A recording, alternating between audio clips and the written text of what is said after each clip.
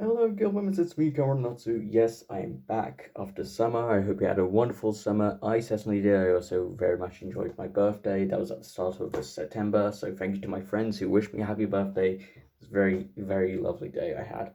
Um, but yes, as you can see, I'm in my new uni accommodation for my final year of university, and we are, of course, back with another ride around because whatever content do I have to make? Sure, doesn't need monster flavor, but drink reviews kind of get stale after a while, ironically, because they're drink reviews, not bread reviews. But regardless of which, today's Right Around is going to be how to do a reboot correctly. Now, the reason why I'm making this video is because there's recently been, in the last 10 years or so, a influx of reboots of older franchises, whether they be cartoons and so, or just different series, and what makes a good reboot versus what makes a bad reboot, which, like, how do you do a reboot well, um or how do you do one terribly, which tends to be the case.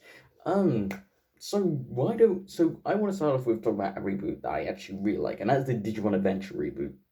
For those who don't know, back in 2020, um, the first season of Digimon Adventure, got a reboot, and I was kind of skeptical at first because a lot of reboots in recent history kind of like very mid. So my general thought process is, well, the original series is good as is, so how can you prove it? And I recently started watching the Digimon Adventure reboot, and it's actually very, very good. It's very well written. it's it has a better flow to everything. There's not this episodic nature to it. It all everything like everything just flows much more nicely. The story is more cohesive.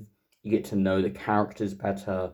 Um, the voice acting is still really great. It's all of the cast members, all the characters have been recast, because obviously it has been about 20 years since Digimon Adventure came out. So of course they're gonna have to change a couple of voice actors. Regardless, it's still a very good series. Obviously, animation is going to be great. The music's pretty good. Characters, I think, are a lot more realized. The story has a much better flow to it. It's much more cohesive. It's just how to like that. Digimon Adventure, I think, is the pinnacle of how you do a reboot well. You simply take all the things that were great about the original series and simply just improve upon the things that it didn't do well. That's what reboots should do. It's take a series that already has good qualities, not only keep those qualities, but also improve on the things that would need improving. Um, because and granted, I don't have much of a now. Granted, I don't have as much nostalgia for for Digimon Adventure and Adventure 02 because I grew up on Digimon Tamers and Digimon Data Squad. So, I don't have as much nostalgia for Adventure as maybe someone who's older than me does, or maybe some other people my age who maybe did grow up with Digimon Adventure. Um, but even then, I obviously I went back and saw Digimon Adventure, and I enjoyed it, but it certainly isn't my cup of tea. But the reboot does it surprisingly well. Unfortunately, that doesn't always have to be the case. Um, a reboot that I think doesn't work as well is Devil May Cry. Yes, Devil May Cry got a reboot. You guys remember that? I wish no one did. But yes, Devil May Cry did get a reboot. It is essentially I suppose, retelling of Dante, the main protagonist of Devil May Cry's origin. And sure, gameplay wise, it's fine. As a game, it's fine. But it's just not a very good Devil May Cry game. It drastically changes Dante, not to the point of giving us something fresh but familiar, but just trying too hard to be different. It's let's make Dante an edgelord, even though Dante isn't an edgelord. Like Dante's is very charismatic, this very laid back, jokey character, and by making him an edgelord, you make him so much less interesting. And they add elements to the story that again just muddy the water and make it feel just either contrived or just straight up not as good as the original. One of the big things that they did in the Devil May Cry reboot is or DMC as it's also just called, or Dante is no longer a half human, half demon. He is a half angel, half demon. Now I know what you may be thinking. Well, Josh, surely that would make him more powerful or more interesting. Not really.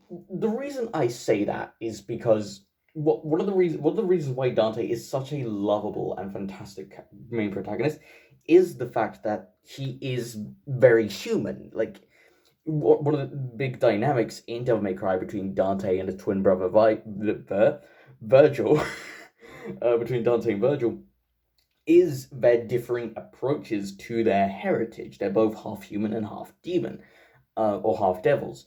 The problem is, they are completely opposite in terms of which sides they take upon. Dante, it's not that Dante dislikes his father, Sparta, who is where him and Virgil get their demonic powers from. It's not that Dante dislikes Sparta or anything, it's that Dante is his humanity is very much a big part of who he is. He accepts and embraces his humanity as as a positive thing, because all the devils in Devil May Cry, well, let's just say they're not exactly the most civilized of people, as expected from devils. Virgil, on the other hand, deems his humanity as a weakness, as something to be ashamed of, and that's why in DMC5, spoilers, Virgil divides his demonic powers from his human self, as a result, because Virgil, his desire is to cast away his humanity for the sake of power. But Dante embraces his humanity and sees that as one of his greatest strengths. So by making Dante a half demon, half angel, not only does it make Dante more of a Mary Sue-esque character, because he's just this because oh man, he's like the son of the most powerful devil and the most powerful angel, and together they make the most powerful not angel devil. um, but by making Dante a half angel, you remove one of the biggest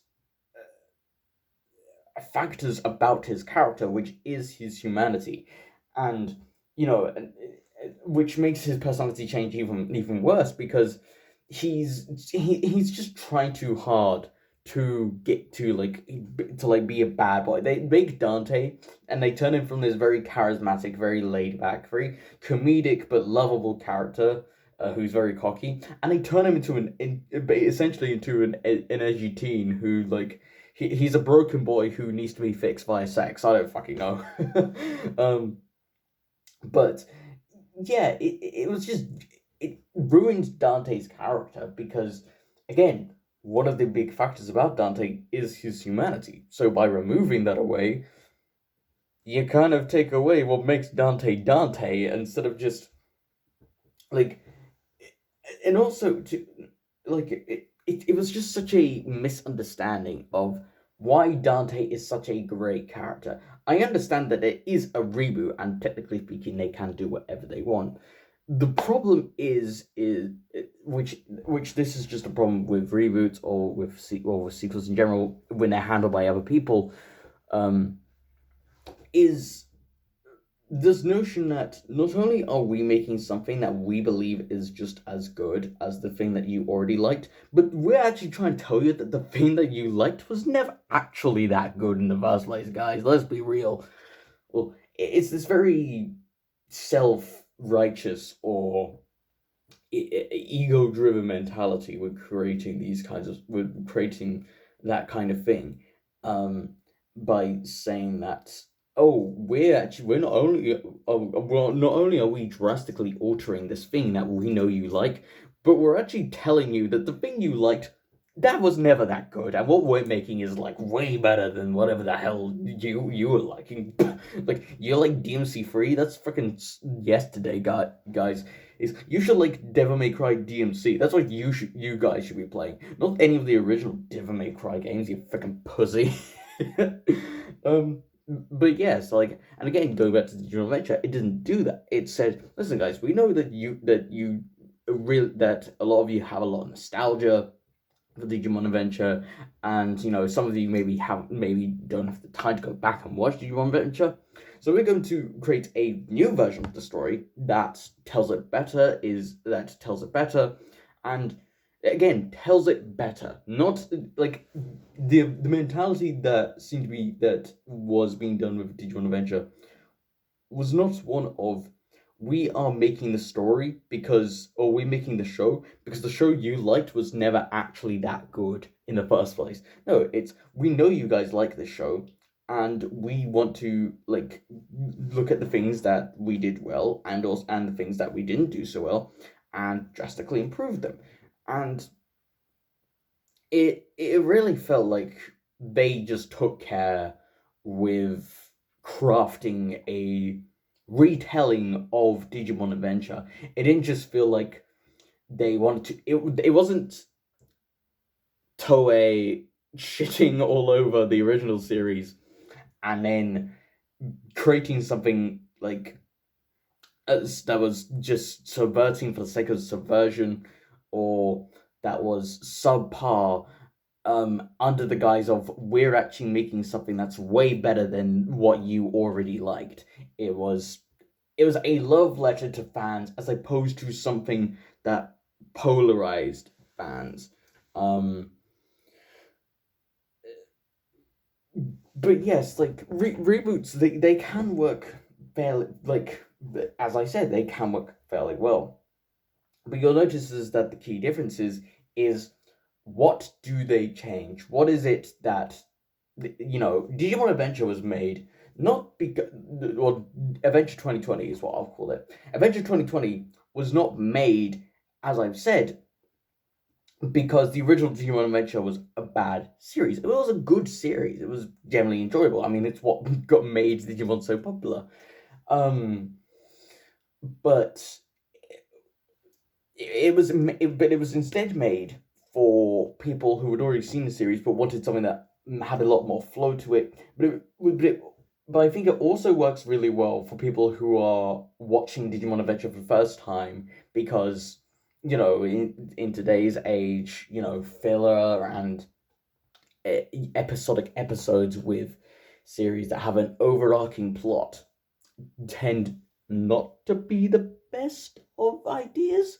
Um, and so, as a result, they simply said, okay, well, what did we do well here? And so they kept everything they did well. They kept, like, the lore, they kept, like, the villains. Myotismon and Devimon are still, like, in the back. They were still in the background scheming. And like again, as someone who grew up with Digimon, I'm like, oh yeah, I know who that is. I can see this coming. But then even for new fans, they can be like, okay, I want to see where this is going. I want to see like what do they do here that's it's good for all sides.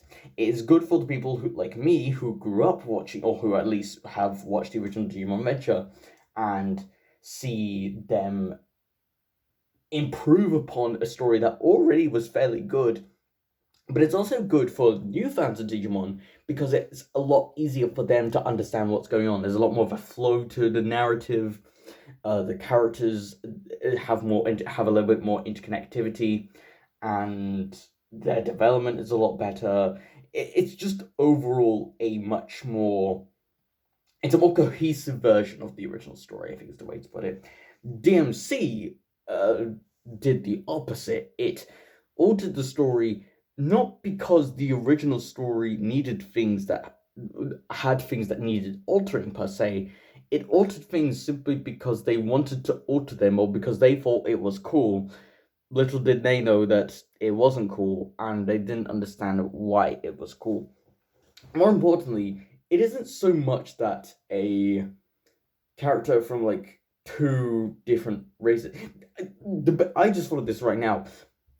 DMC Dante is basically Bayonetta, but without the charm. Bayonetta is essentially kind of the Wii version of Dante. Um, I mean, she was literally against him in a death battle.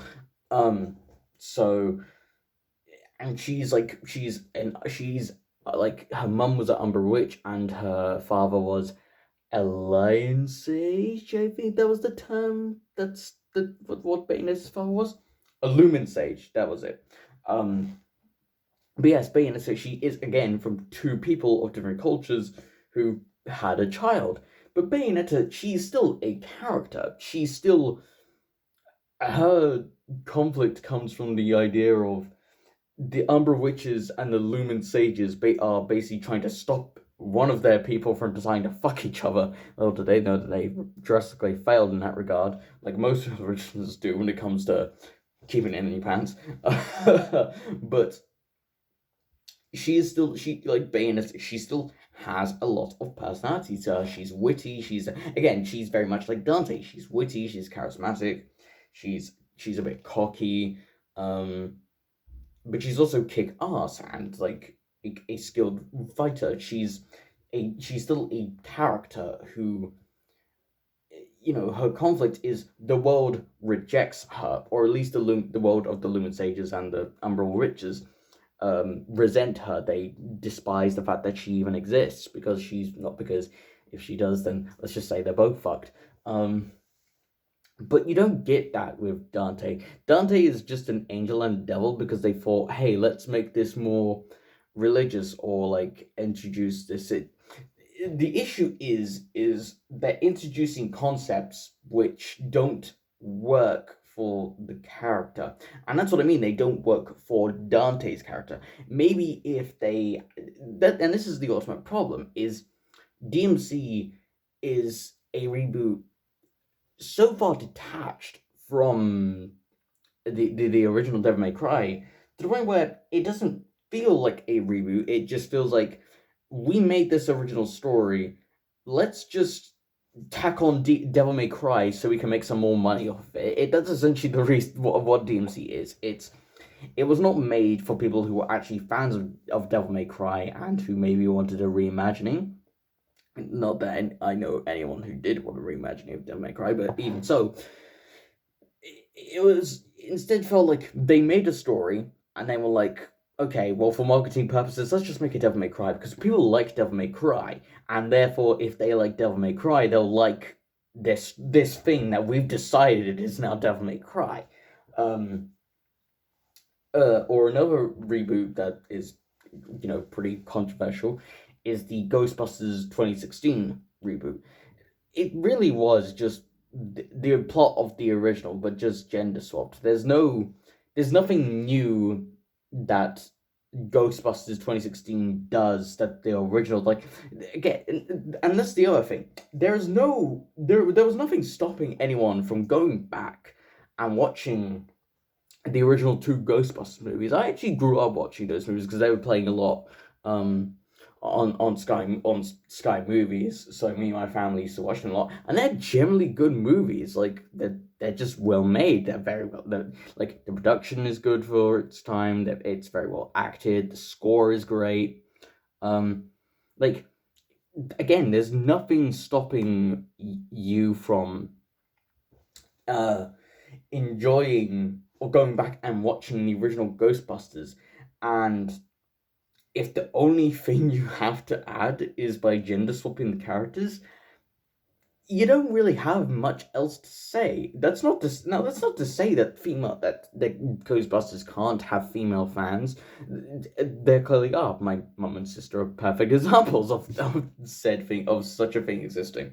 So there's nothing stopping people, like, and there actually have been like female Ghostbusters in the canon of Ghostbusters. I can't remember what the animated series was called. I believe it's the New Ghostbusters. I can't quite remember, but there was an animated series that was set after the events of many years after the original team of Ghostbusters had broken off and started doing their own thing. Like that had one of their team members was like female Ghostbuster. Like I haven't seen all of the series, to be fair, but she is a character that has a personality. It isn't just like with, and the problem is that with the 2016 reboot, it's too comedy centered. They don't have distinct personalities. They're all just there to make funny happen because because Ghostbusters is funny and we must make more funny. It's like it was very artificial and didn't do anything. Again, like I said, it doesn't do anything new. It doesn't improve upon. It doesn't necessarily make anything worse, but it doesn't improve upon anything. It just sort of it's certainly a movie that you could in fact watch, but why would you watch that when you can just watch the original Ghostbusters? Like, which is, I mean, it's just a much better story because again, if you're gonna watch the 2016 Ghostbusters, you may as well watch the original because it's the same story, but done better. And that's the thing is like when you do a reboot, like you have to offer something that's new while still retaining what made the original thing what it was. What 2016 Ghostbusters did was simply repeat the same thing, but they just decided let's just gender swap it because that's creative question mark.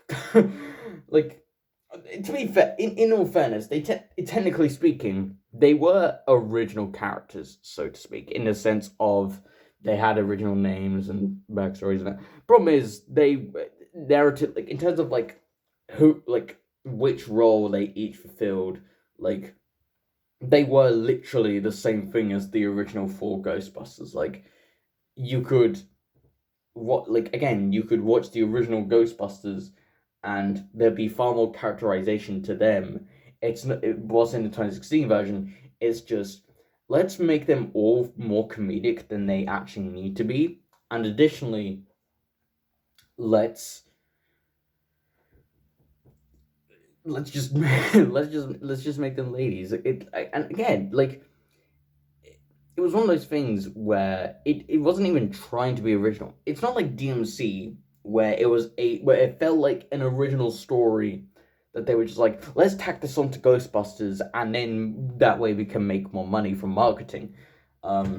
It was let's just repeat what the original movie did and not do anything actually worth interesting and just give people a reason to watch the original because like and the argument could be made that DMC and Ghostbusters 2016 were made to create more fans of the movies and the franchise.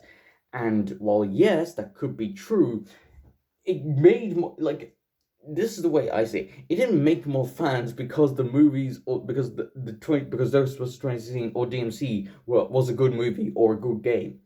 It simply gave fans an appreciation for the games and the movies that already existed. Like because those games because the original DMC series and the Ghostbusters movies were made with more like heart and more interest than just a cheap. It was just a cheap. It just came off as a cheap cash grab. It was just let's just redo everything the original thing did, or let's just change the story so drastically, but still say it's Devil May Cry because then people will like it. It's a very cheap and dishonest way to appreciate your fans whilst also telling them that they're stupid for not liking it. Much more the case with Ghostbusters than DMC, but that's neither here nor there. So how do you make a good reboot, in my opinion? Well, I think the main thing is ask yourself, does this franchise need rebooting? Does it need to be retold?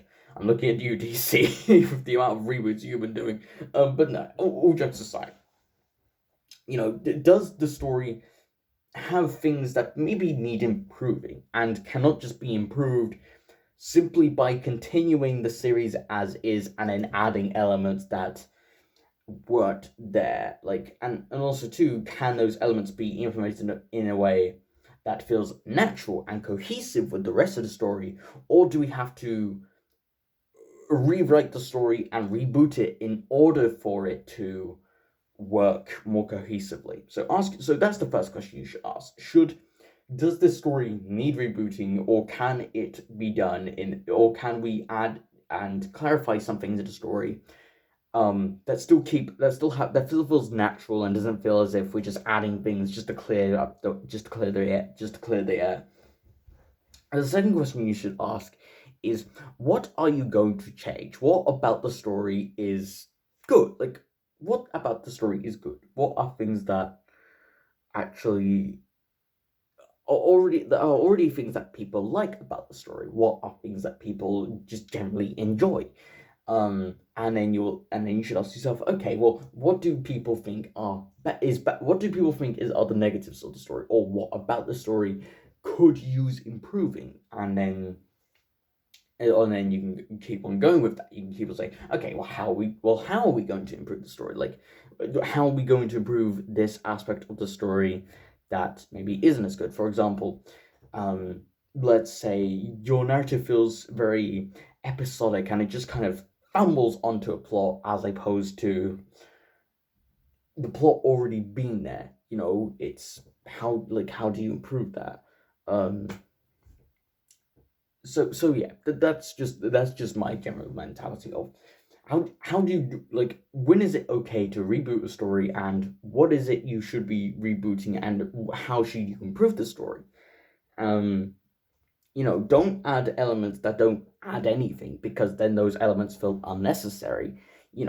And don't oversimplify the characters to the point where they all just blend in, as was the case with Ghostbusters. They all felt just like a bunch of ladies just trying to crack a laugh out of you without being. They weren't people. They were just there. They were there to tell the story. They weren't there because the story couldn't function without them. You could literally replace them with any other character that would have served the story just as well. Um, and then is the story worth rebooting? Is the story good as is like does the story have a good enough flow to it all?